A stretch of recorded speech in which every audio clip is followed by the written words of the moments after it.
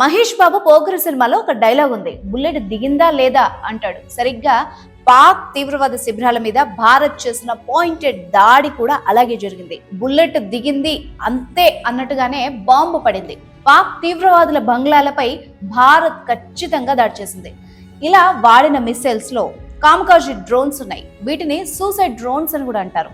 ఈ డ్రోన్స్ అత్యంత ఖచ్చితమైన దాడుల్ని చేస్తాయి. ఇవి శత్రు వాహనాలు, బంకర్స్, ఆయుధ డిపోలు లేదా నిర్దిష్టమైన వ్యక్తుల్ని సెలెక్టెడ్ గా లక్ష్యంగా చేసుకొని ప్రయోగించబడతాయి అన్నమాట. ఇవి చాలా చిన్నగా ఉంటాయి, శబ్దం కూడా తక్కువ చేస్తాయి, వేగం మాత్రం చాలా ఎక్కువగా ఉండడంతో రాడార్స్ సులభంగా అయితే గుర్తించలేవు. ఇక రెండోది స్కాల్ప్ మిసైల్స్. వీటిని స్మార్ట్ షాడో అని కూడా అంటారు.